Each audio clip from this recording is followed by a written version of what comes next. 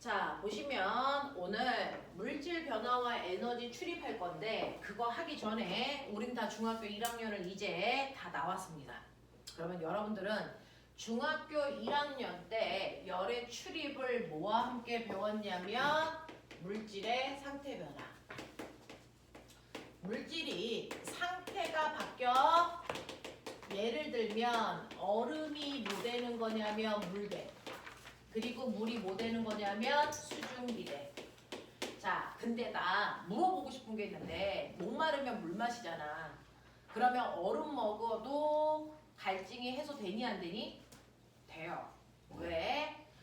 물이나 얼음이나 같은 성질을 가지고 있는 입자로 되어 있기 때문에 물질의 성질은 달라지지 않아. 단지 그 입자가 빽빽하게 배열되어 있으면 고체 상태 얼음이라고 하는 거고요.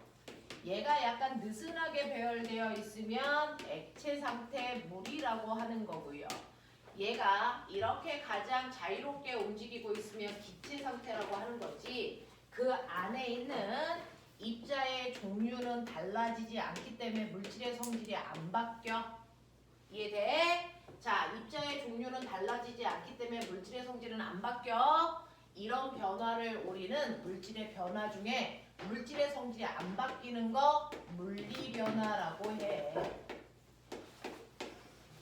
됐죠? 자, 그러면 우리 아가 때 했었던 거 하자. 잘 못하면 다 뒤져. 자, 우리요 배웠어요.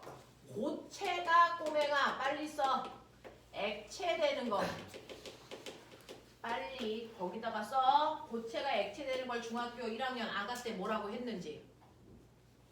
이제 새로 들어오는 초육 아가들이 이거 배우고 있다. 이거 못 쓰면 초육이랑 합반시켜준다. 자, 액체가 기체되는 거 뭐라고 하는지, 고체가 기체되는 거 뭐라고 하는지 써라. 서연아, 눈동자 흔들리고 그러면 돼, 안 돼?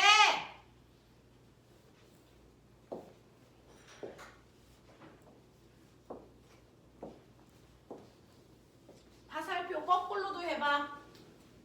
화살표 거꾸로 했을 때 얘 상태 변화 뭐라고 하는지도 써봐. 이놈 못 쓰면 죽여버려. 이렇게 쓰는 건 몰랐어. 그럼 어떻게 써? 이렇게 써.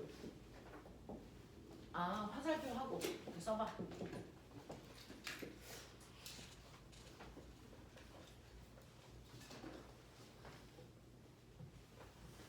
어떤 중학교 1학년이 다음 과정 선생님이랑 한다 그랬더니 그 선생님이 욕쟁이 선생님 아니에요? 이렇게 얘기해서 절대 아니라 그랬어.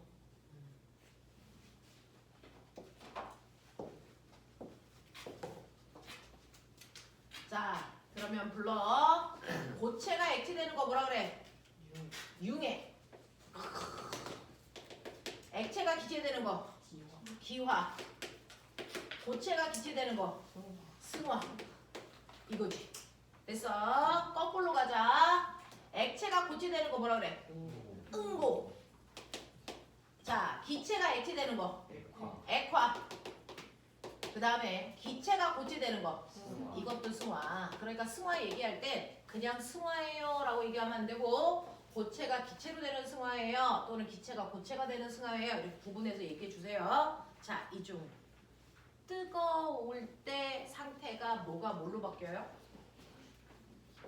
자, 고체가 뜨거워지면 뭐가 되니? 액체가 된다는 얘기는 고체보다 액체가 훨씬 더 가지고 있는 열의 양이 많아야 된다는 얘기야. 되겠어? 그래서 가지고 있는 열의 양이 제일 작을 때가 고체. 그거보다 열을 흡수해서 더 뜨거워지면 액체가 돼. 그거보다 더 열을 흡수하면 뭐가 되니? 뭐가 되니? 기체가 되죠. 그랬을 때 보세요. 고체는 열을 만약에 1 가지고 있다면 액체는 열을 5 가지고 있어야 액체 되는 거고요.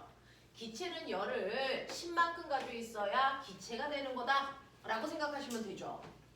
그럼 꼬맹아, 실제로 고체가 액체 될 때 열을 뭐 해야 되니? 1이 5 돼야 되니까 열을 뭐 해야 되니? 뭐 할까요? 열을 흡수. 맞아요. 이때 흡수하는 열을 무슨 열이라고 할까요? 고체가 액체되는 거니까 상태 변화 뭐라 그러니? 유해로. 융해. 그렇죠. 그래서 이때 흡수해야 되는 거 융해열 흡수.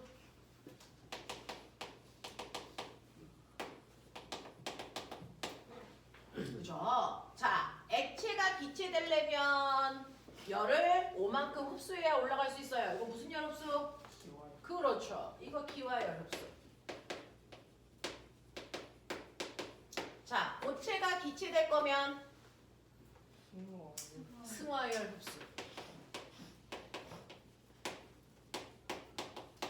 이렇게 해야 돼요. 그죠? 그러니까 일반적으로 고체가 있다가 얘가 액체가 되려면요. 열을 흡수해 가야죠. 누구의 열을 흡수합니까? 주변에 있는 열을 흡수해서 얘가 액체로 바뀌어요. 그죠? 그러면 주변에 있는 아이들은 열을 뭐하니? 얼음한테 뺏기는 거죠. 맞아? 그러면 열을 흡수하는 상태 변화가 일어나면 주변은 추워지니 더워지니? 추워지죠. 얘네들한테 열을 다 뺏기는 거니까. 되겠어? 그래서 열을 흡수하는 상태 변화가 일어나면 주변의 온도는 낮아져요. 라는 얘기입니다. 이해돼? 이해돼? 그럼 거꾸로. 계단을 내려오는 상태 변화는 열을 10 가지고 있다가 5만 가지고 있으면 되니까 5만큼을 버리겠죠? 열을 방출합니다. 자, 이때 방출한 열을 뭐라 그러니? 에카열 방출. 그렇죠. 이거 액화열 방출. 액화열이 방출될 때 주변은 얘가 버리는 열 때문에 뜨거워질까 차가워질까? 뜨거워지죠. 그래서 자, 액체가 고체돼요. 무슨 열? 응고열 방출. 자, 기체가 고체돼요. 승화열 방출. 이런 식으로요. 그래서 상태가 바뀔 때도 열의 출입이 반드시 있어요. 그래서 실제로 물질은요. 시간이 지나면 변해. 빨리 변하는 애도 있고 천천히 변하는 애도 있지만 물질은 변합니다. 그 변화가 상태 변화일 수도 있고 다양한 화학 변화일 수도 있어요. 자, 이렇게 물질이 변하면 반드시 열의 출입이 있습니다. 물질이 변하는데 열의 출입이 없는 변화는 존재하지 않아. 그 중에서 자, 더 높은 열을 갖기 위해서 열을 흡수하는 경우가 있고요. 자, 흡수하는 반응을 우리가 멋진 말로 흡열 반응이 일어나. 열을 흡수해요. 그래서 우리가 흡열 반응이라고 하고요. 열을 방출하는 걸 그럼 뭐라 그러겠니? 이걸 발열 반응이라고 합니다. 이해돼? 열을 흡수하는 걸 흡열 반응, 열을 방출하는 걸 발열 반응이라고 한단 말이야. 자, 그러면 오맹아 흡열 반응을 하려면 처음에 A라고 하는 물질이 가지고 있는 열은 1인데 이 물질이 변해서 B가 될 거야. 근데 가지고 있는 열이 5야. 자, 그러면 A가 B가 되려면 열을 흡수해야 돼? 방출해야 돼? 흡수해야지. 얼마만큼 흡수해야 돼? 4만큼의 열을 뭐 해야 된다고? 흡수해야 돼. 이런 반응을 무슨 반응이라고 그래? 흡열 반응이라고 해. 그러면 보자. 선생님이 예쁘게 그래프 그려줄게. 맨 처음에 물질이 변하는 물질을 우리가 반응 물질, 그 결과 만들어진 물질을 뭐라 그러냐면 생성 물질 이렇게 얘기해. 자, 반응 물질이 가지고 있는 열은 1밖에 안 돼. 근데 생성 물질이 되려면 열을 5만큼 가지고 있어야 돼. 자, 그래서 열이 이만큼 높아져야 돼. 무슨 반응? 흡열 반응. 이게 흡열 반응 그리는 거야.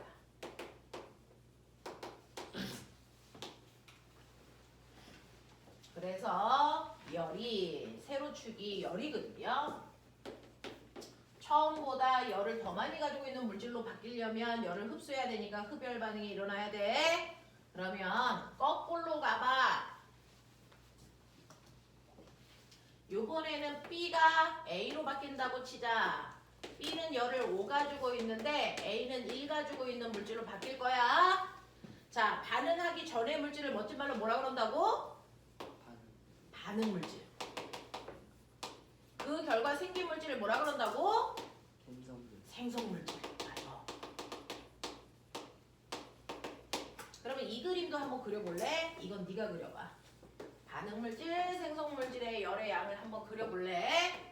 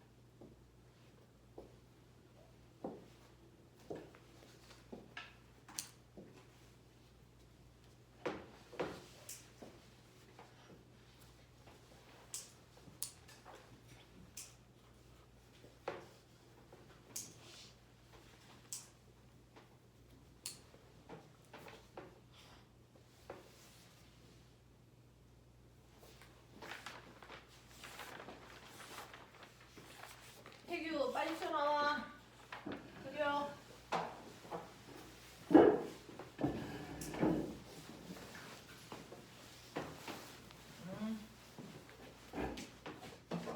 선생님처럼 예쁘게 그려. 나 엄청 잘 그리는 편이야.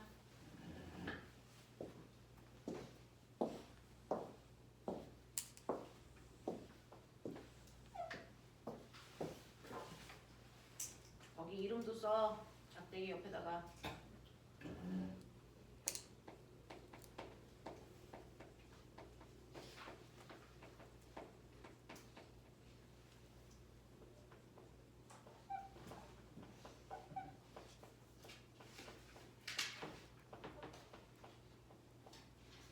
무슨 반응?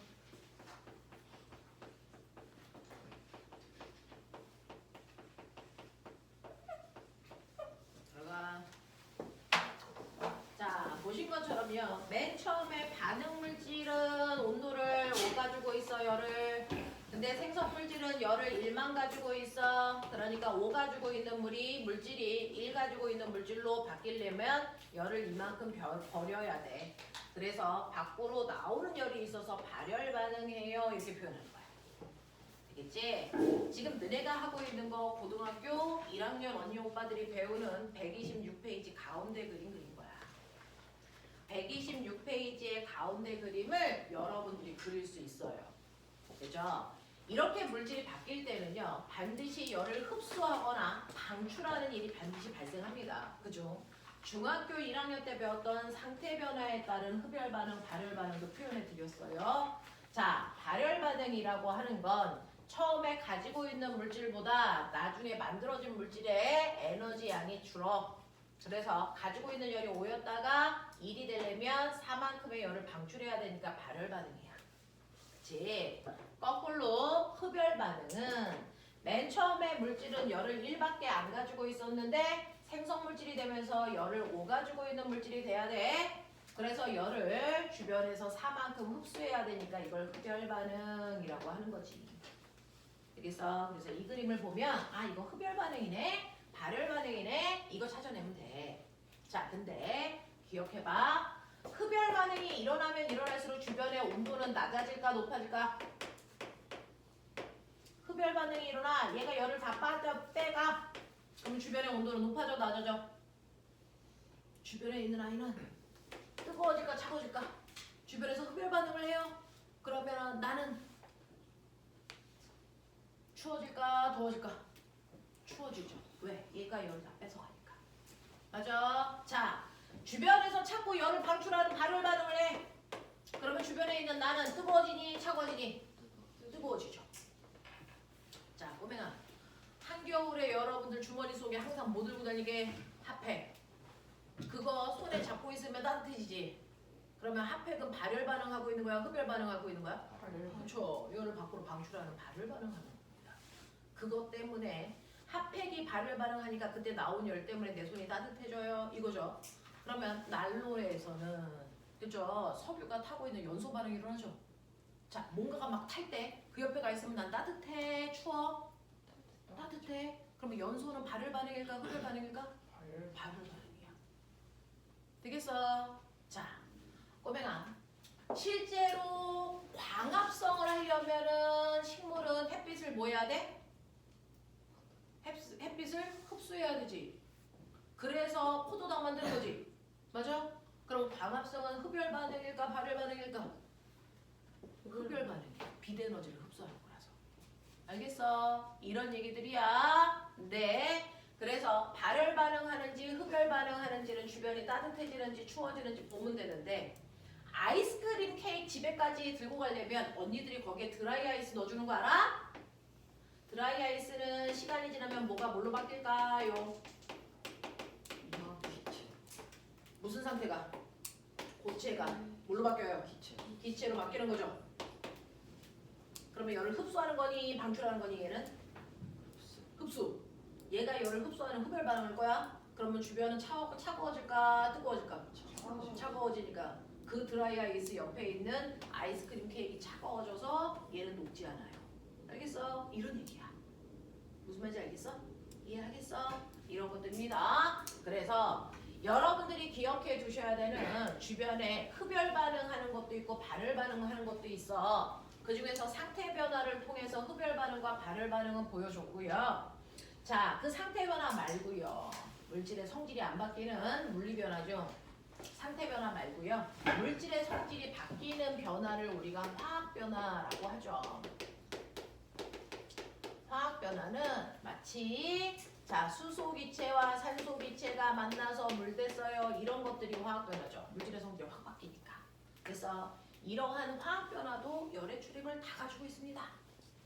자, 그 중에서 흡열 반응해서 주변의 온도를 낮추는 화학 변화의 대표적인 게 광합성이라고요. 광합성이 비대에너지를 흡수하는 흡열 반응의 대표적인 거야. 됐어? 그래서 여름에 산에 가면 시원하다? 이 새끼들이 다 열을 뺏어 먹어서 광합성 하면서. 그래서 산에 가면 시원해요. 되겠어? 자, 그런가 하면 발열 반응의 대표적인 게 뭐 있니? 라고 하면 되죠? 연소. 근데 너네 기억나? 연소는 어떤 물질이 공기 중에 있는 산소와 빠르게 결합하는 거잖아. 근데 천천히 결합하는 건 뭐라 그래?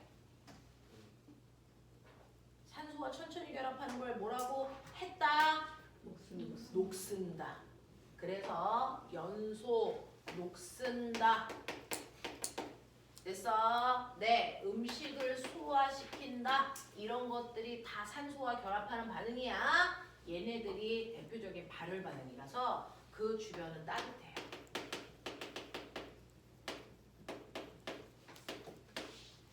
이거 말고 열을 방출하는 거 조금 전에 하나 배웠는데 뭐 있어? 중화 반응.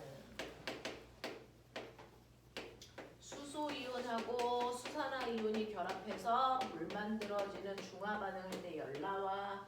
그래서 주변이 따뜻해져. 이게 발열 반응. 그래서 발열 반응의 대표적인 거 이거 있어요 라고 하는 이 얘기는 중3 때 또 나옵니다.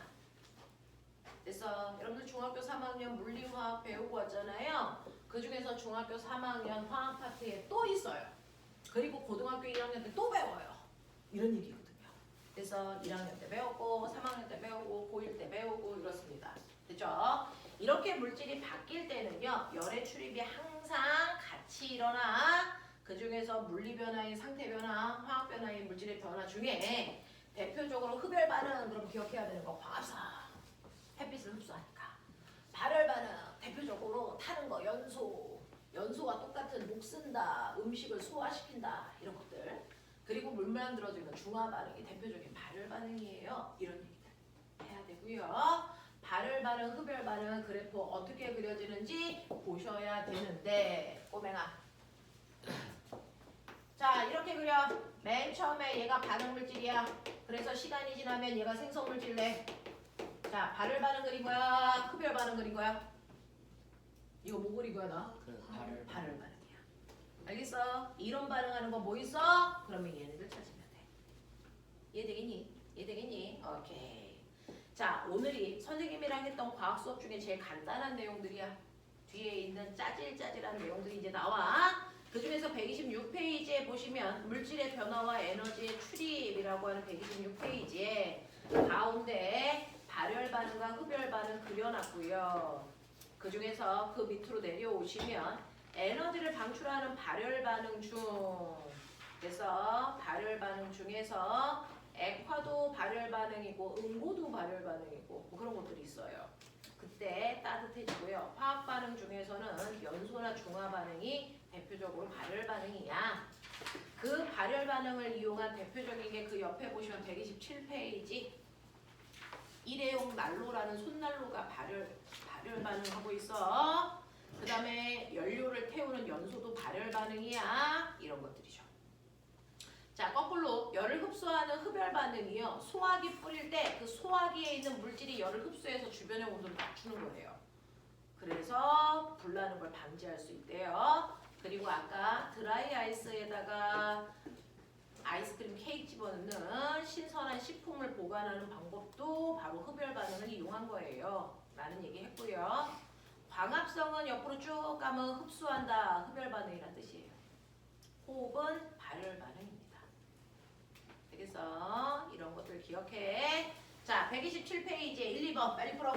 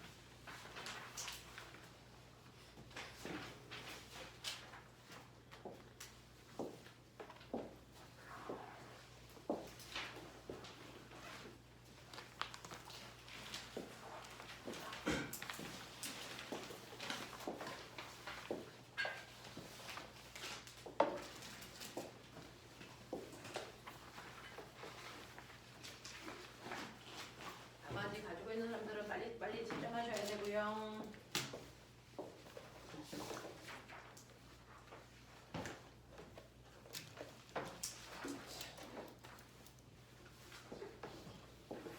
지금 앞에 보시면 쌤이 안 주셔. 내가 안 줬다고? 네가 잃어버린 거야. 다시 다시 주면 안 되죠. 주면 안 되냐고? 아니 다음 주까지만 수업하면 끝나는데 답안지가 필요한 거예요? 이것만 사진기로 찍어가시면 될 텐데. 어려운 일이 아닐 텐데. 네. 나머지 답지만 찍으면 되는데 그렇게 어렵지 않아.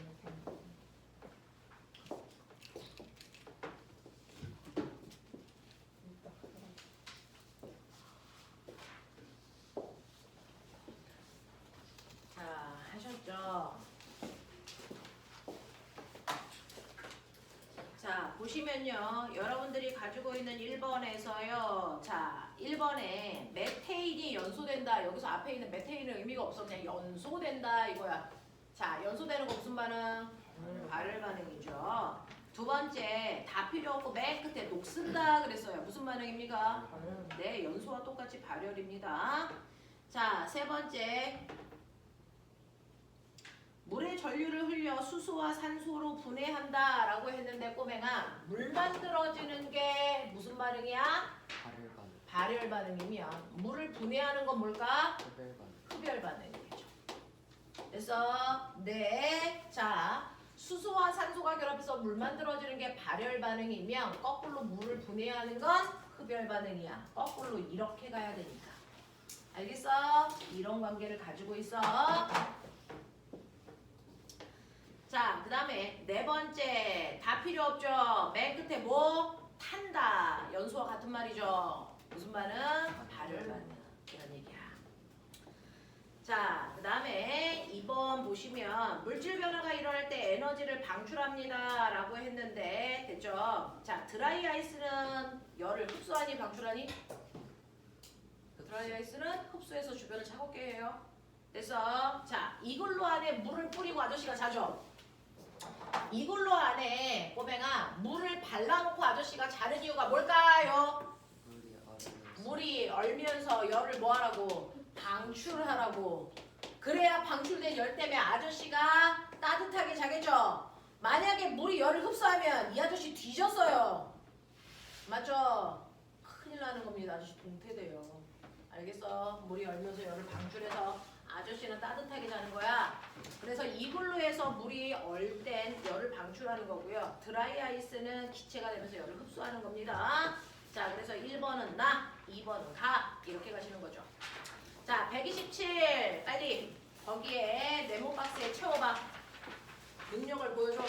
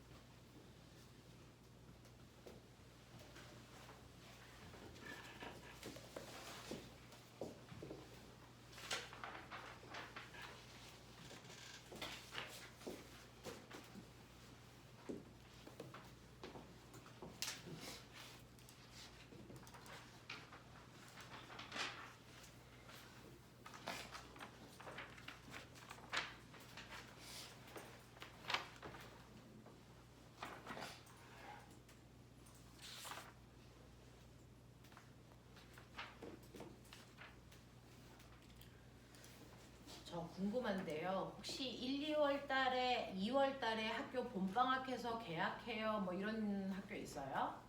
저 중간에 2월 달에 학교 가요. 그런 학교가 있어요. 있어요, 가끔. 그래서 묻는 거예요. 없어. 우리 학교들은 없어. 그치? 신서, 목동, 양화, 모군, 그 다음에 목일, 그 다음에 어디야? 중암, 그 다음에 네, 거기까지군요, 우리. 그 정도 학교인데요. 개학하는 학교 없어? 오케이. 선생님이 여러분들 이제 일정 짤 건데 혹시 학교 가는 애들이 있나 확인한 거예요. 가끔 가다가 학교 가는 학교들이 몇몇 학교가 있습니다. 특히 저기 이제 경기도권 아이들이 조금 학교를 가더라고요. 자, 볼게요. 자, 물질 변화와 에너지의 출입에서요. 여러분들 보시면 화학 변화 중에서 열을 방출하는 건 연소와 중화 반응이 있어. 이런 것들 쓰시면 되죠. 또는 연소와 또는 뭐 있습니까? 녹스는 산화 반응이 있어. 이렇게 써도 되고요. 됐죠? 자, 에너지를 방출하면 열 에너지를 방출하면 주변의 온도는 높아진다 이렇게 쓰시는 거겠죠. 자, 열 에너지를 방출하는 상태 변화 중에 응고, 액화, 승화가 있는데 이 승화는 뭐가 뭘로 바뀌는 승화냐면 기체가 고체되는 승화가 열을 방출합니다. 자, 이런 반응을 우리는 발열 반응이라고 해요. 이렇게 표현하시는 거래요. 됐죠? 거꾸로 열을 흡수하는 반응은요. 주변의 온도가 낮아지는 거고요. 이때 유해, 기화, 승화가 있고 이때 승화는 고체가 기체되는 반응이고요. 이때 반응을 우리가 흡열 반응이라고 할게 라고 합니다. 물질 변화에서 출입하는 에너지원에서 열 에너지를 방출하는 게 손난로, 가수원에서 냉해 방지, 연료 연소시키는 거 이런 것들은 발열 반응이고요. 자, 열 에너지를 흡수하는 거는 제빵 소다, 소화기 이런 것들이 있답니다. 알겠죠? 자, 기억해 두시면 됩니다. 자, 그러면 선생님하고 두 번째 뒤에 있는 문제들은 오늘 좀 풀어가지고 와주시길 바랍니다. 자, 이제 두 번째 내용 갈게요. 140페이지요. 여기에 있는 내용도 별로 어렵지 않아요. 똑같이 열과 관련된 짜글짜글한 내용이라서 선생님이 오늘 붙여서 해드리고 다음 주에는 전자기 유도라고 하면은 그래서 중3 때 배우는 물리 내용이 마지막 이렇게 끝내드릴게요. 자,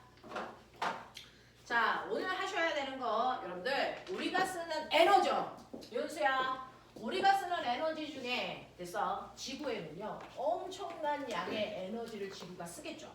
모든 물질이 변하려면 열을 흡수 또는 방출해야 되기 때문에 에너지를 매 순간 쓴단 말이야. 그럼 지구에서 사용되는 에너지를 100이라고 잡자. 그 중에서 대부분 지구에서 사용되는 에너지 중에 그래서 에너지 중에서 70%의 에너지는 다 어떤 에너지 쓰는 거냐면 태양 에너지성. 태양 복사 에너지를 지구에서 주된 에너지로 쓴다. 그리고 나머지 30% 중에 20%는 지구의 저기 땅 속 두고 온 거 알아? 지구의 중심을 핵이라고 하지요. 그 핵의 온도가 태양 표면이랑 똑같이 6000도입니다. 그래서 20%는 지구 내부의 에너지 쓰는 거야. 그 지구 내부의 에너지 때문에 나타나는 게 지진이랑 화산이야. 이런 걸 발생시키는 에너지가 바로 지구 속에 있는 열 에너지였어.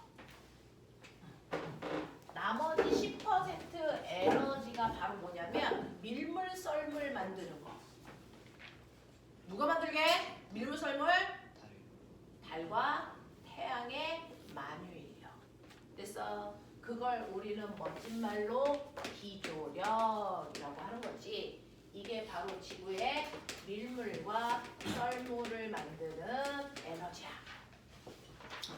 그러니 거꾸로 얘기하자.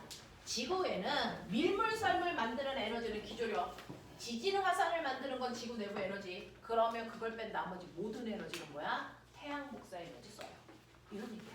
그래서 이 세 가지 현상을 뺀 나머지는 모두 다 태양 때문에 그래서 태양의 에너지를 사용하는 거야 라고 하는 거예요.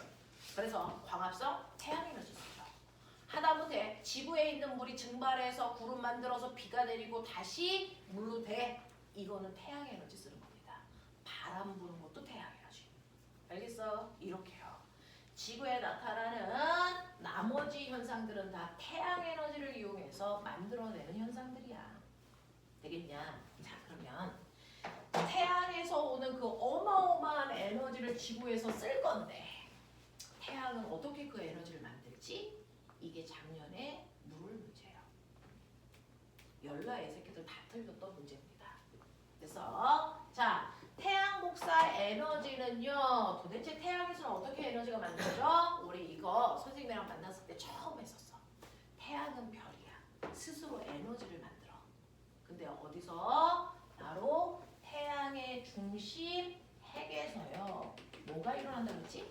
모든 별은 중심에서? 그렇죠. 핵융합 반응이 일어난다 그랬죠. 그래서 태양도요. 태양의 중심에서 핵융합 반응이 일어나 그 중에서 태양은 주계열성이라는 별이었어. 주계열성은 무슨 핵융합 반응밖에 못해? 수소. 그렇죠. 그래서 4개의 수소를 하나의 헬륨으로 바꾸는 수소 핵융합 반응을 해요.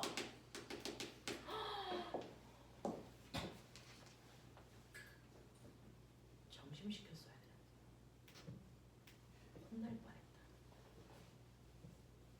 너네는 오늘 뭐 먹니? 뭐야? 오늘 뭐 먹어? 그러게요. 선생님 뭐 삼겹살 시켰어. 우와 멋지지? 자. 해먹는 거였어요. 오늘 선생님들은 아침에 9시부터 밤 10시까지 수업이거든. 그래서 한 끼 먹자. 자, 수소가 헬륨으로 바뀌는 걸 수소핵 융합 반응을 해요. 이렇게 표현을 해요. 자, 근데 문제는 왜 수소가 헬륨으로 되면서 에너지가 나와? 그건 아인슈타인 아저씨가 설명했는데요. 물질이 변하기 전에 질량이 4.01g인데 핵반응을 하면 무조건 질량이 줄어들어요. 그래서 4.00g이 돼요. 그러면 질량이 0.1g 줄었네? 0.01g 줄었네? 맞아. 예외 없이 모든 핵반응을 할 때는 핵융합 반응을 할 때는 무조건 질량의 감소가 일어나. 자, 그 질량을 우리가 M이라고 하는데 질량이 줄어요. 이걸 이제 멋진 말로 질량 결손이 일어나요. 자, 질량이 0.01g이 줄었잖아요. 자, 이건 없어진 게 아니고 이 양이 그대로 뭐가 된다? 태양 에너지로 바뀝니다. 얼마만큼? 그걸 아인슈타인이 공식으로 만들어냈어요. 얼마만큼? E는 mc 제곱만큼. 그래서 질량이 0.01g 줄었으니까 거기에다가 빛의 속도 광속을 제곱해서 곱한 만큼이 그 질량이 줄었을 때 만들어지는 에너지입니다. 그래서 이 에너지를 우리가 태양 복사 에너지야 라고 얘기하는 거죠. 되겠어? 자, 이렇게 모든 별들은요 핵반응을 하게 되면 그 핵반응을 통해서 질량이 줄어들고요. 그 줄어든 질량만큼 에너지를 만들어내는 게 별이다. 그래서 이때 만들어진 태양 복사의 에너지가 지구에 와서 다양한 물질의 변화를 일으킨다. 이런 얘기입니다. 이해되겠죠? 그래서 무려 지구에서 사용되는 70%의 에너지가 바로 태양 복사 에너지를 사용하는 거고, 그 태양 복사 에너지는 너네가 가지고 있는 140페이지 위에 있는 그림처럼요. 태양의 중심에서 수소 핵융합 반응을 통해서 만들어진 에너지야. 이거 우리가 써. 되겠어? 자, 그러면 이러한 에너지에 의해서 뭐가 불어? 지구에 있는 바람이 불어. 그러면 바람은요, 사실은 태양 에너지가 공기를 움직이게 하는 거예요. 맞죠? 그래서 바람이 불잖아요. 그러니까 바람은 태양 에너지가 공기를 움직이게 하는, 공기에 무슨 에너지를 만듭니까? 공기의 운동 에너지. 이걸로 바뀐 게 바람이야. 이렇게 얘기하는 거야.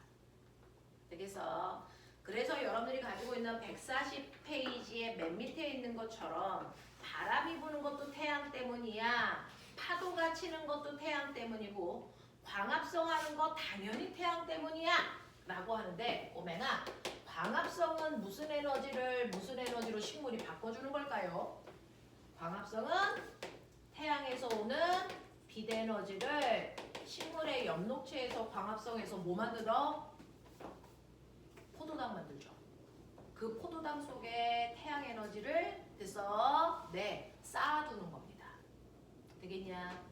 자, 그러면 이렇게 포도당과 같은 물질들이 가지고 있는 에너지를 싸잡아 우리는 화학 에너지로 바꿨어요. 이렇게 얘기해. 그래서 광합성은 빛 에너지를 화학 에너지로 저장하는 과정을 광합성이라고 해요. 이렇게 얘기하죠. 됐어? 자, 그런가 하면 태양을 이용해서 하는 태양광 발전이 있어.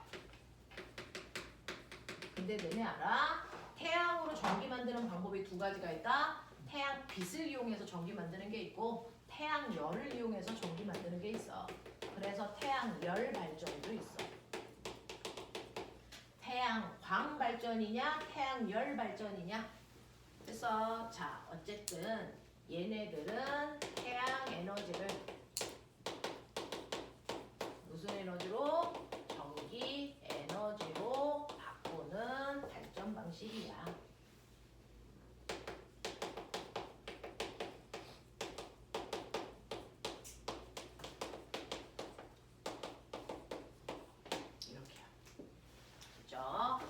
이런 식으로 우리는 태양 에너지를 다양한 형태의 에너지로 지구에서 전환한다. 그래서 그거 쓴다. 그래서 이런 얘기들을 하고 있어. 이러한 태양 에너지가요, 사실은 지구에 있는 물도 순환시켜. 그래서 지구에 있는 물 순환의 원동력이 돼.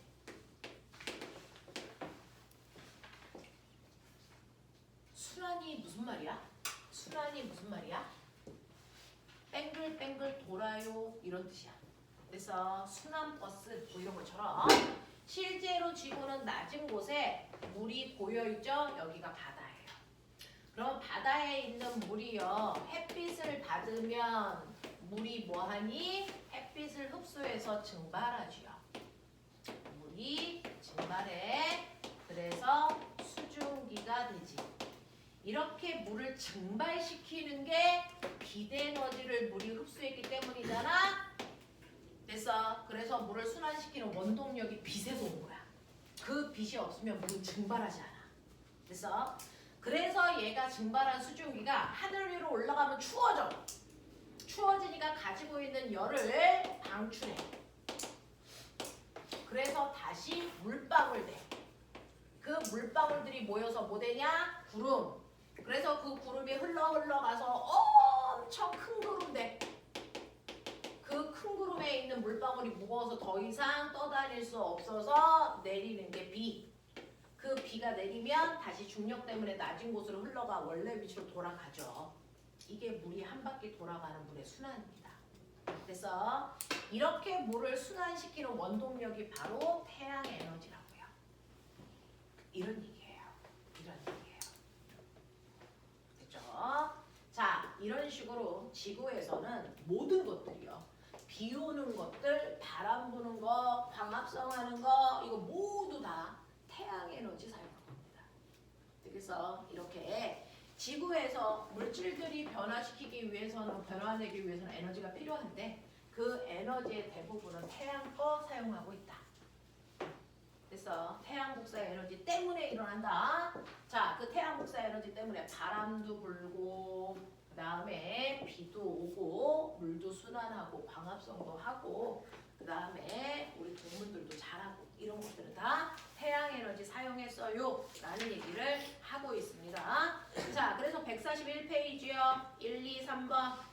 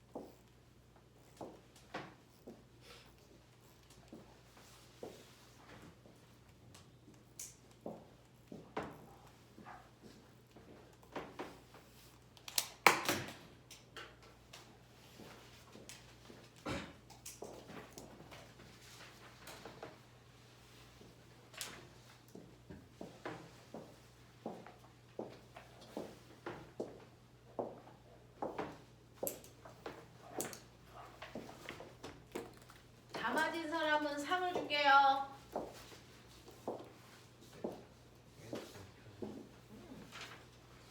정확히는 거예요. 다 맞은 사람은 선생님이 뽀뽀상을 줄게요. 다 맞았어. 아니요? 뽀뽀상을 줄까? 하나 틀려서. 아니요. 하나 틀리면 뽀뽀상을 줄 거야.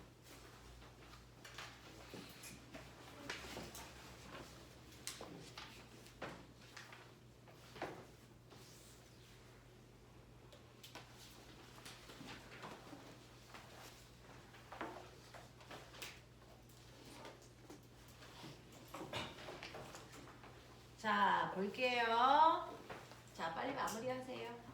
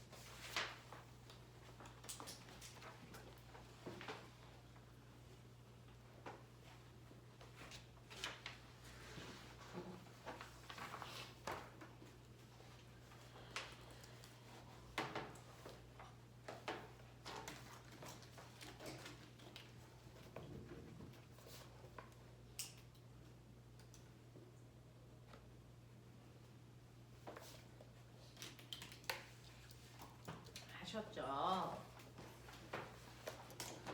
자, 보시면 1번에서 태양에서 일어나는 수소 핵융합 반응은 태양 중심에서 수소 원자핵 4개가 헬륨 원자핵 1개로 바뀌는 걸 얘기해 라고 했어요. 두 번째, 지구에서 태양 에너지의 전환과 흐름에 대한 얘기인데 그 중에서 꼬맹아 동그라미 몇 개 있게? 하나 있다. 자, 1번, 3번 틀렸는데요. 태양에서 방출된 에너지는 모두 지구에 도달하니? 그랬으면 좋겠죠. 자, 태양에서 방출되는 에너지가 이렇게 가고 이렇게 가고 이렇게 가고 이렇게 가고 이렇게 가는데 그래서 이 중에서 얘만 지구에 오겠죠. 그래서 지구에 오는 양은 극히 일부입니다. 자, 그 다음에 두 번째, 태양 에너지는 지표와 바다의 물을 증발시켜 구름의 위치 에너지로 전환된다. 맞는 얘기죠? 구름으로 올라갑니다. 자, 세 번째, 태양 에너지는 열 에너지의 형태로 광합성 과정에서 화학 에너지로 전환되고 그중 일부는 화석 연료의 화석 에너지로 전환된다 그랬는데 이거 틀렸대거든요. 어느 부분이 틀렸을까요? 화석 연료 되는 건 맞는데요. 자, 태양 에너지는 열 에너지의 형태가 아니고 무슨 에너지의 형태? 비대 에너지의 형태로 광합성에 사용됩니다. 되겠습니까? 이렇게 되는 거야. 세 번째, 지구에서 태양의 에너지의 전환은 연속적인 과정으로 이루어지며 지구 시스템의 각 번역은 이동하면서 무엇을 일으킨다? 에너지의 흐름을 일으킨다.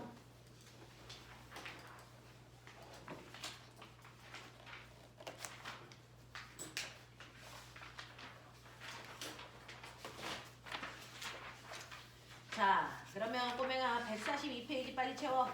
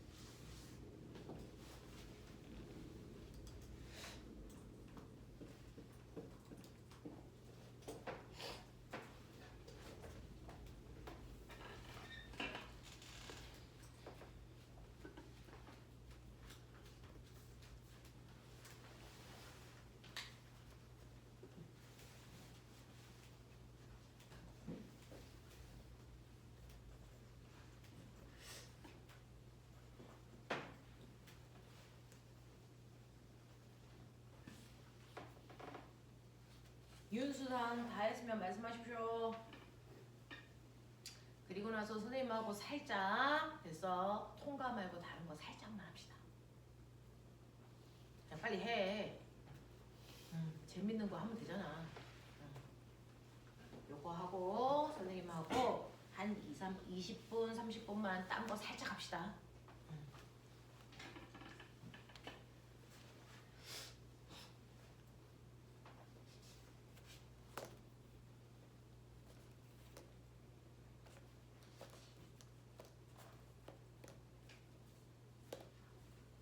했어.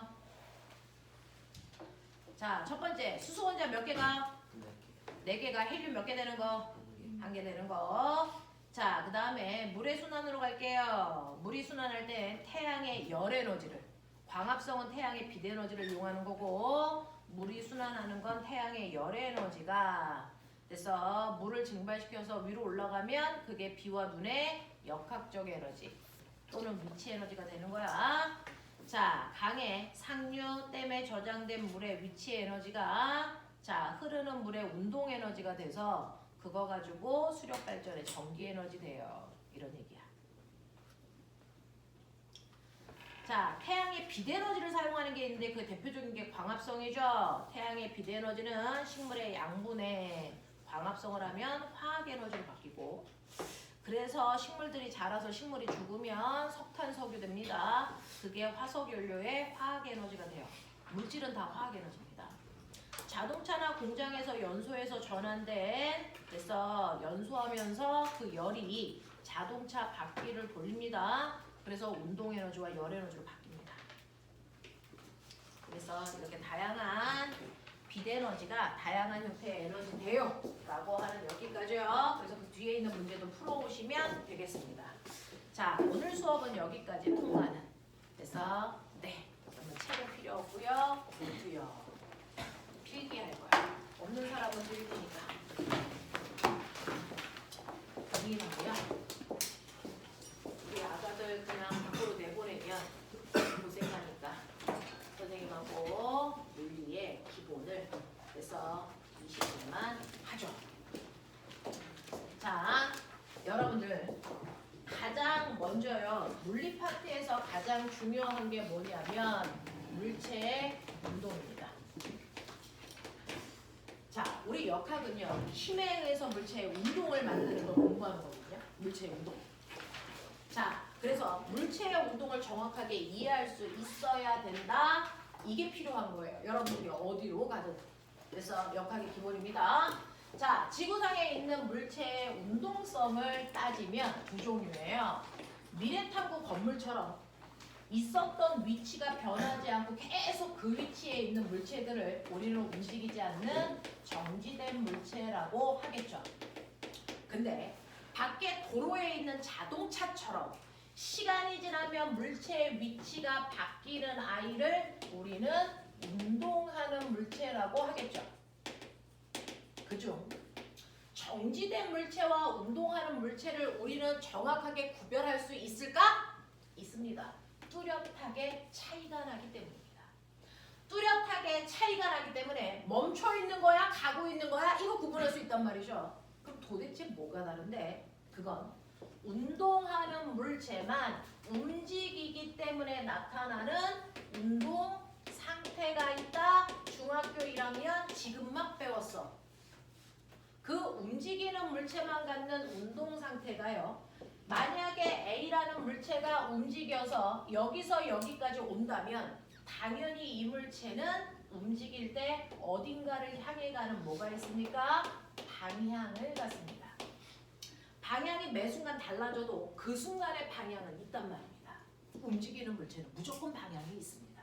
그리고 똑같이 10m 떨어진 곳을 가더라도 여기를 1초 만에 가는 애가 있고 10초 만에 가는 애가 있기 때문에 움직이는 물체는 따라서 빠르기도 같습니다. 그래서 움직이는 물체만 갖는 특징인 운동 상태가 그 유명한 빠방입니다. 그래서 운동 상태는 빠방을 얘기한다. 빠방. 그래서 빠르기와 방향이 있으면 움직이는 거, 없으면 정지된 거. 그래서 우리는 구별할 수 있습니다. 그래서 그중 우리는 운동하는 물체에 대해서 물리원은 내내 이해합니다. 물리원을 직접 배우는 사람도 그 다음에 물원을 보는 사람도 물리원의 역학은 다 가지고 있어야 되거든요. 그래서 해드리는 겁니다. 자, 운동하는 물체는 무조건 빠르기와 방향이 있어야 되는데 물체가 움직이는 방향은 어떻게 표현합니까? 말로 표현하시면 돼요. 자, 물체는 위쪽으로 가고 있어요? 아래쪽으로 가고 있어요? 동쪽으로 가요? 남쪽으로 가요? 이렇게 쓰면 돼요. 그래서 말로 표현하면 됩니다. 자, 어렵지 않아요. 근데 물체가 움직이는 빠르기는 어떻게 표현합니까? 이게 관건. 이걸 알고 가셔야 됩니다. 물체가 움직이는 빠르기, 기역에서 니은으로 10m 떨어진 곳을 가는데 얼마나 빨리 가서 이 빠르기 표현하는 게 물리의 핵심입니다. 자, 빠르기는 수학 시간에 배웁니다. 시간분의 뭐라고? 거리. 칸거리요. 그거를 정확한 표현으로는 위치 변화량이에요. 일정한 시간 동안에 얼마만큼 위치가 바뀌었니? 이게 물체가 움직이는 빠르기를 계산하는 방법이야. 그러면 물체가 얼마나 빨리 움직였는지를 알려면 물체가 얼마만큼 위치가 바뀌었는지를 먼저 계산하고 그리고 나서 그거를 시간으로 나눠야 빠르기를 구할 수 있는 거예요. 자, 근데 꼬맹아, 나요. 앞쪽으로 10m 가다가 뒤로 백해서 4m 오는데 2초 걸렸어. 돼요? 첫 번째 상황입니다. 그러면 나의 위치 변화량이 얼마입니까? 얼마일까요? 안 들려. 얼마? 6m. 또요? 14m. 뭐가 맞을까요? 둘 다 맞습니다. 네. 위치 변화량을 얘기하는데요.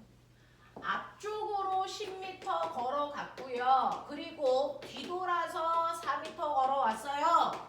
근데 저는 어차피 내가 걸어간 거니까 나는 방향 신경 안 쓰고요. 내가 걸어간 모든 거리를 더해서 나의 위치 변화량을 나타낼 거예요. 라고 하는 첫 번째, 방향을 신경 쓰지 않고 내가 걸어간 크기만을 표현하는 위치 변화량을 중학교 내내 배웁니다.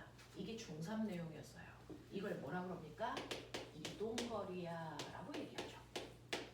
간거리야 라고 얘기하는 게 이동거리입니다. 됐어?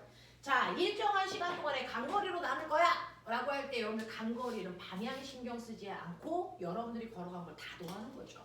그걸 우리는 물리에서 이동거리라고 이름 칩니다. 그러니 첫 번째 얘는 이동거리가 14m야 이렇게 얘기하시면 되죠. 이동거리 14m입니다. 중학교 내내 이동거리 14m야 이렇게 배웁니다. 근데 선생님 앞쪽으로 간 거랑 뒤쪽으로 간 건 다르잖아요.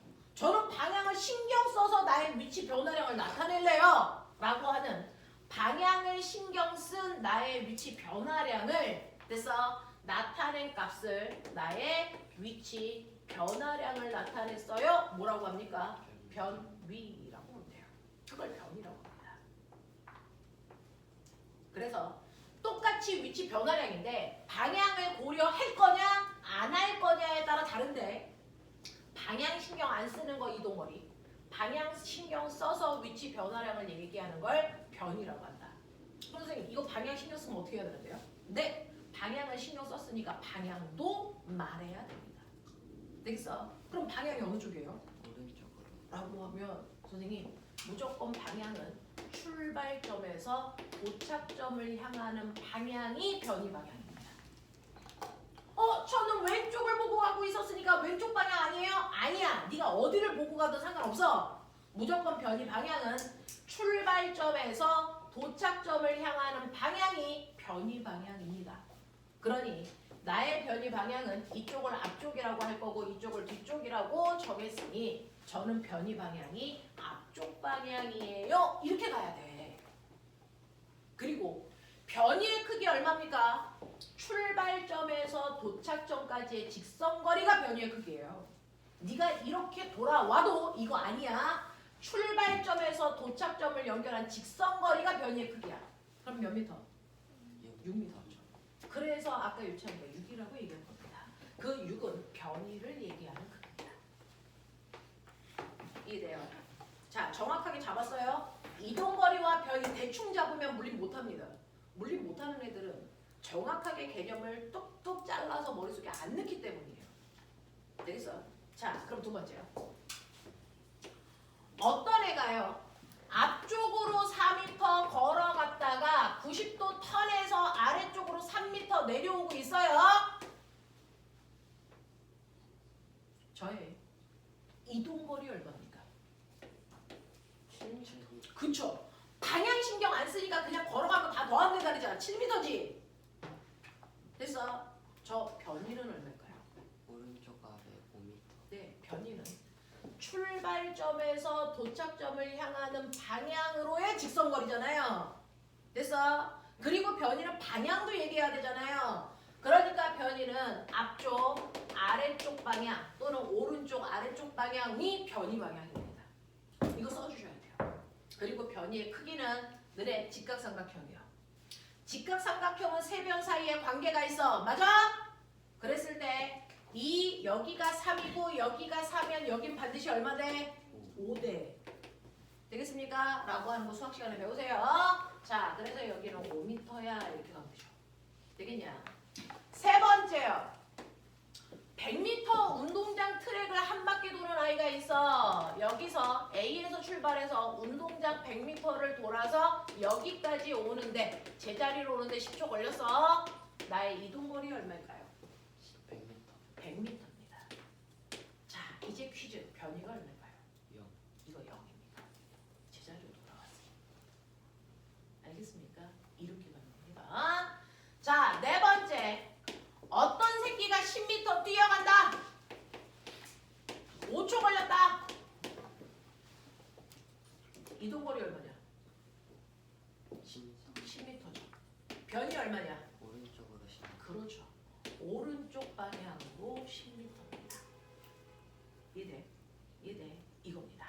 그래서 여러분들 물체가 갈 때요. 위치가 달라지는데 그 위치 변화량을 방향 신경 안 쓴 이동거리로 표현할 거냐, 방향을 신경 쓴 변이로 표현할 거냐, 정확하게. 근데 변이는 방향을 갖는 값이니까 방향 안 쓰면 틀린다. 됐죠? 자, 그러면 이런 식으로 위치 변화량을 나타냈으니 이걸 걸린 시간으로 나누면 이제 빠르기야.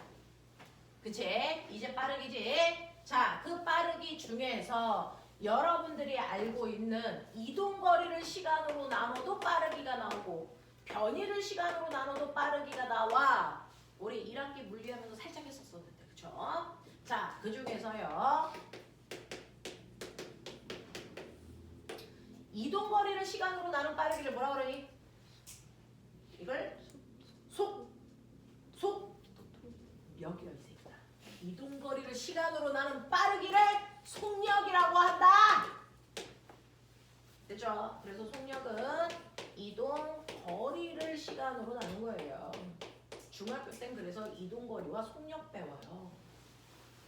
그러면 변이를 시간으로 나눈 빠르기는 뭐라 그런다? 이게 속도다. 이게 속도예요. 그래서 속도는 변이를 걸린 시간으로 나눈 겁니다. 그럼 나눠보죠. 첫 번째 1번이요. 자, 앞으로 갔다가 뒤로 백해서 오는데 2초 걸렸다 그랬으니까 그래서 이거를 2초라는 시간으로 나누셔야 속력과 속도를 구하는 겁니다. 1번의 속력 얼마? 불러. 네, 숫자는 숫자끼리 계산, 단위는 단위끼리 계산. 그러니까 1번의 속력은 7. 불러. 이놈. 7. 단위도 계산해야지. 미터 퍼 초. 되겠습니까? 이거죠. 자, 그렇다면은요. 속도도 계산해 볼까요? 자, 속도는 변이를 시간으로 나눈 건데 변이는 방향도 있으니까 방향까지도 계산해. 근데 방향이 하나밖에 없어. 앞쪽 방향. 그대로겠죠. 그래서 변이는 무조건 속도는 무조건 변이 방향 그대로 따라갑니다. 앞쪽 방향으로 3m/초예요. 이렇게 가는 게 맞아. 됐지? 자, 그러면 두 번째요. 두 번째 이렇게 피타 직각삼각형 형태로 갑니다. 이동거리 7m, 변이는 앞쪽 아래쪽 방향으로 5m 가는데 1초 걸렸다고 치자. 뭐 이런 느낌이죠. 그러면 얘는 속력은 각각 시간으로 나누셔야 되니까 속력은 7m/초고요. 속도는 앞쪽 아래쪽 방향으로 5예요 라고 하면 돼요. 그쵸? 세 번째는 운동장 트랙을 도는데 10초 걸렸으니까 이거 10으로 나누신다고요. 그래서 속력은 10m/초고요. 변이는 0입니다. 맞죠? 자, 그 다음에 철수가 앞쪽으로만 10m 뛰는데 5초 걸렸어요. 그러니까 얘는 속력은 얼마냐면 불러. 얼마야?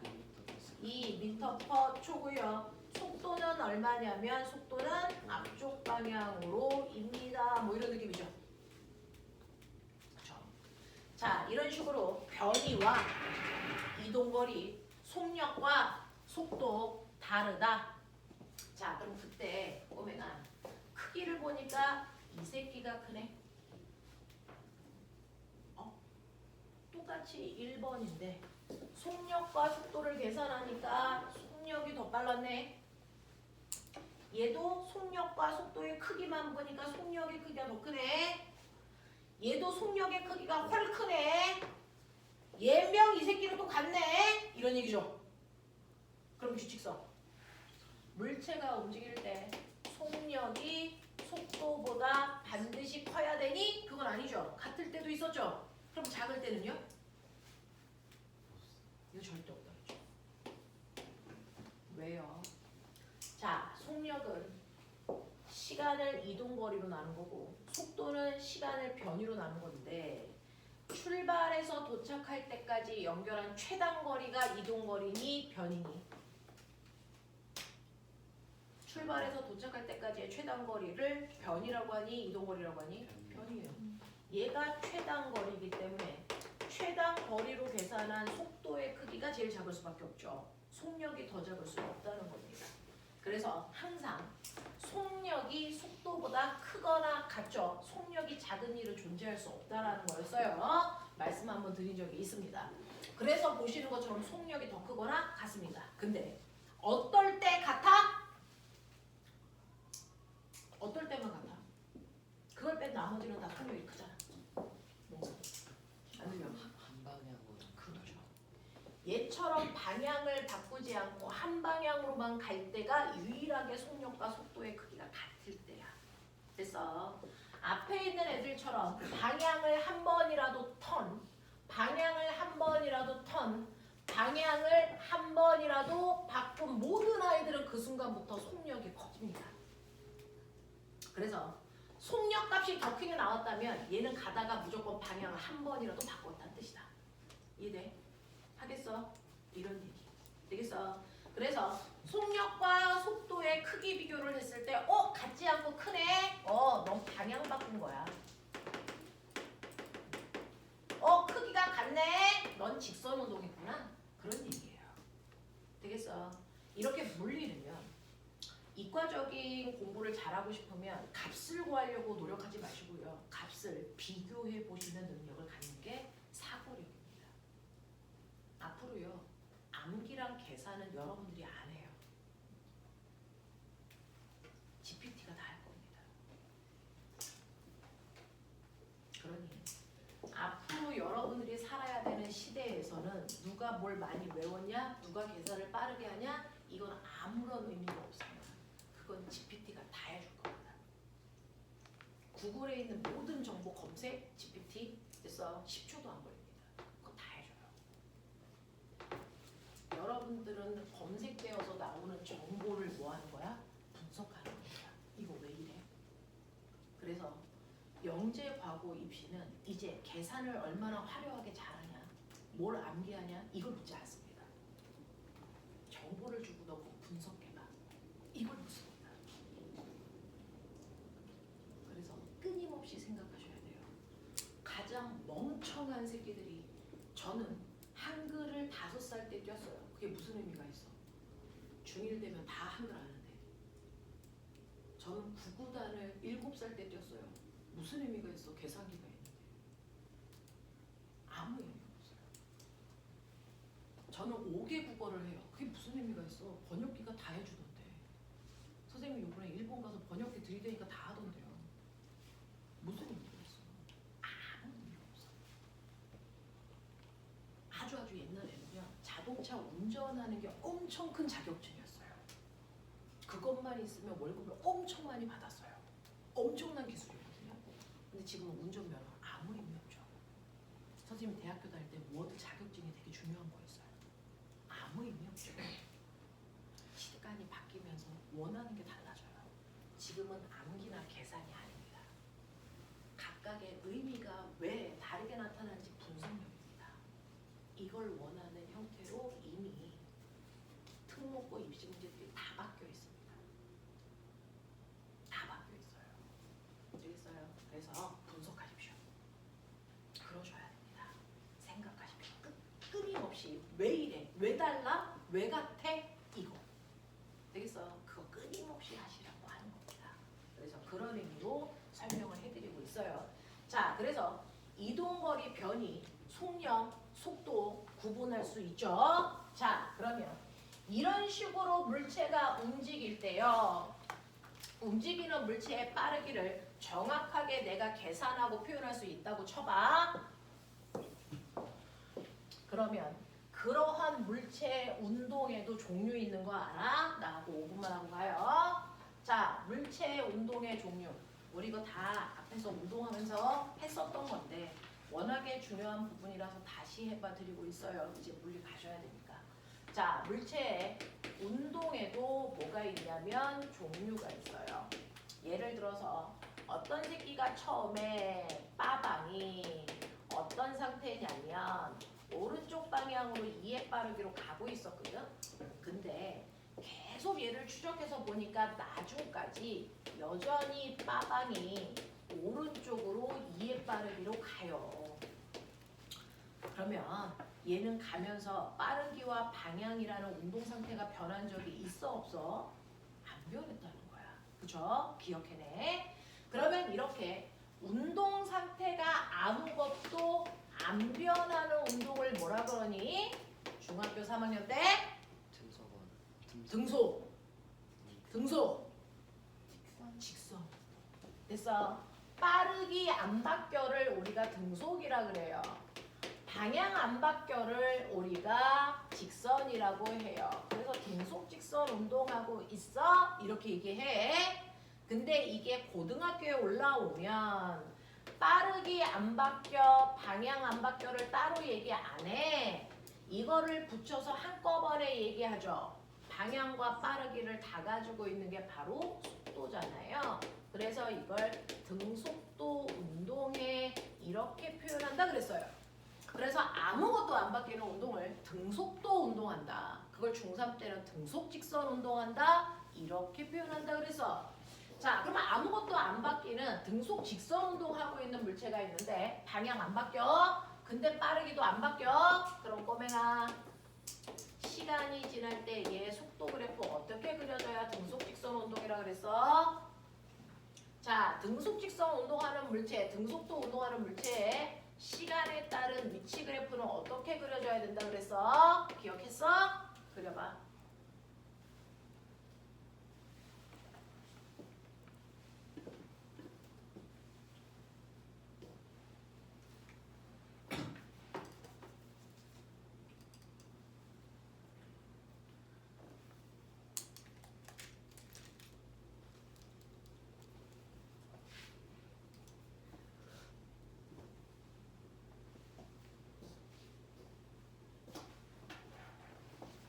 됐죠? 자, 그러면 등속 운동이니까 시간 속도 그래프요. 됐어? 어떻게 그려줘야 돼? 시간이 지나도 속력은 2의 빠르기를 계속 유지하나 봐. 뭐 이런 느낌으로 그리시면 되죠. 됐어? 네. 그리고 자, 시간에 따라 위치 그래프는요. 일정한 빠르기로 쭉 가는 거니까 시간에 따라 위치는 일정하게 증가하는 이런 그림이 나오는 거죠. 자, 그랬을 때 선생님이요. 이 그래프에는 숨을 수 있는 곳이 두 군데 있어. 기억나? 오케이. 그래프에서 숨을 수 있는 곳이 어디와 어디라 그랬어? 기울기와 뭐라 그랬지? 면적에 뭔가가 숨어 있어. 그치? 자, 그 중에서요. 얘 기울었네. 그럼 이 기울기에 뭔가가 숨어 있죠. 근데 수학 시간에 배운 것처럼 기울기는 무조건 x축분의 y축의 변화량이 숨어 있다 그랬으니 얘는 x축이 시간이고 y축은 위치니까 이 그래프의 기울기는 시간분의 위치 변화 값이 숨어 있는 거야. 그러니까 이거 계산하면 뭐지? 속력. 그래서 이 그래프는 속력 또는 속도가 그래프의 기울기구나. 이거지. 맞아? 자, 그랬는데 1초일 때 기울기, 2초일 때 기울기 어때? 이거 기울기 어때? 일정. 같죠? 그러니까 얘는 속도가 안 바뀌는 운동을 하고 있어. 이런 뜻이 써 있는 거야. 되겠죠? 자, 그런가 하면 면적은요. 우리 이 면적이요. 가로 곱하기 세로가 X축과 면적 구하는 방법이야. 그러니까 X축과 Y축의 곱이 면적 속에 숨어 있어. 이렇게 얘기했었어. 자, 이 그래프의 X축은 시간이래. Y축은 속도래 또는 속력이래. 시간에다가 속도 또는 속력을 곱하면 뭐가 되지? 시간 곱하기 속력. 거리죠.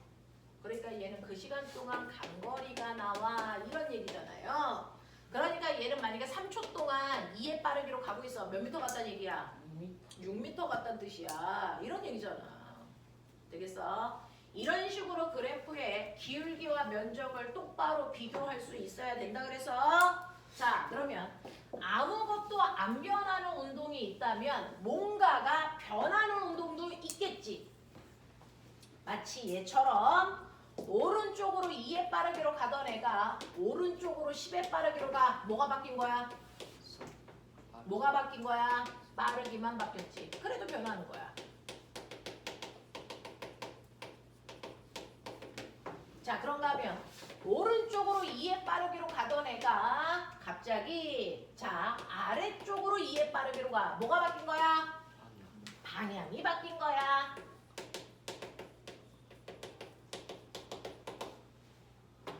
자 오른쪽으로 2의 빠르기로 가던 새끼가 갑자기 됐어? 위쪽으로 10의 빠르기로 가. 뭐가 바뀐 거야? 다 바뀐 거야. 그치? 이렇게 뭔가가 변하는 운동을 우리가 멋진 말로 무슨 운동한다 그랬어? 안 바뀌는 거 등속도 운동. 변하는 거? 그렇지. 가속도 운동. 그래서 얘는 가속도 운동이에요 라는 겁니다. 됐어? 그러면 앞으로 거꾸로 얘 가속도 운동해. 그럼 이 새끼 변하네. 이렇게 알아들어야 돼. 알겠어? 가속도 운동은 변하는 운동을 얘기한다. 그럼 나 결론. 얘는 왜 안 바뀌는데? 얘는 왜 바뀔까? 차이점. 그러니까 어떤 애가 처음에 오른쪽으로 2의 빠르기로 가고 있었는데 어떤 애는 계속 그 빠르기로 가. 근데 어떤 애는 변해. 뭔가 다르게 있겠죠. 거기서 힘이 그쵸. 힘입니다. 물체의 운동을 주관하는 건 여러분들이 중학교 1학년 때 배웠던 바로 그 힘입니다. 그래서 힘에 대해서 배우는 걸 힘역자 써서 역학이라고 하죠. 이게 물리의 꽃입니다. 물리의 꽃입니다. 힘 때문입니다. 알겠어? 자, 그중 안 변하는 애는 힘을 안 받았다. 그래서 어떤 힘도 받지 않을 때 물체는 정지되어 있던 물체는 계속 정지해 있어야 되고요. 운동하는 애는 아무것도 안 바뀌는 등속도 운동해야 돼. 이거 중학교 1학년 때 배웠잖아요. 힘을 안 받으면 어떤 것도 변하면 안 돼. 그러면 힘을 받으면 변해야죠. 그래서 가속도 운동은 힘 받았다는 걸 표현하는 겁니다. 너네 중학교 1학년 시험 범위인데 대답 못하면 다 죽여버려. 자, 그럼 빠르기만 바뀌게 하려면 물체가 운동하고 있는데 어느 방향으로 힘줘야 돼? 운동 방향과 같은 방향이면 빠르기가 바뀌는데 더 빨라져. 그죠? 또 반대 방향. 그러면 얘는 빠르기가 느려지는 거죠. 그래서 빠르기만 바뀌게 하려면 같은 방향으로 힘을 주던지 반대 방향으로 힘을 주던지 둘 중에 하나면 돼. 그래서 얘네들을 우리가 나란한 방향으로 힘 받을 때 빠르기만 바뀌어요. 이해해? 이해해? 자, 그래서 빠르기만 바뀌는 물체는요. 아, 운동 방향과 나란한 방향으로 힘 받고 있는 거구나. 그 중에서 공이 떨어져. 중력만 받고 떨어져. 이 새끼 빨라져, 느려져? 빨라지죠. 그건 운동 방향과 무슨 방향으로 힘 받고 있어서 그래. 그 힘의 이름이 뭔데? 중력. 맞아요. 자, 공을 똑바로 던져 올려. 얘는 올라가면서 빨라져, 느려져? 느려지죠. 이유가 뭔데요? 힘 받았기 때문이죠. 근데 그 힘이 어디로 작용합니까? 운동 방향과 반대 방향으로 작용하기 때문이죠. 그래서 이게 결정하는 거야. 방향만 바뀌게 하고 싶어. 운동 방향과 어느 방향 힘줘야 돼? 그렇죠. 운동하고 있는 방향은 정확하게 90도여야 돼. 1도라도 틀어지면 안 돼. 알겠어? 정확하게 운동 방향과 수직한 방향으로 힘을 받고 있어서 방향만 바뀌어. 대표적인 예가 뭐 있어? 방향만 바뀌는 대표적인 운동. 금속, 원운동. 그럼 빠르기와 방향을 다 바꾸게 하려면 운동 방향과 어느 방향을 힘줘야 돼? 비스듬한 방향으로 힘을 주면 다 바뀌는 거죠. 대표적인 예. 빠르기와 방향이 다 바뀌어요. 말해. 자, 운동 하나 더 있지? 진자 운동 말고 하나 더. 그렇죠. 포물선 운동. 여러분들이 포물선 운동을 개선할 수 있는 그 시점이 물리 2까지 배웠을 때입니다. 지금은 그냥 포물선 운동은 힘 받는 운동이야. 물체가 가는 운동 방향과 비스듬한 방향으로 힘 받고 있어. 이 정도만 기억하면 돼요. 되겠어? 네. 그래서 여기까지가 여러분들이 조금 기억해 두셔야 되는 거라서 선생님이 한번 다시 복습해 드렸어요. 여기까지 하자. 오늘은 고생했다.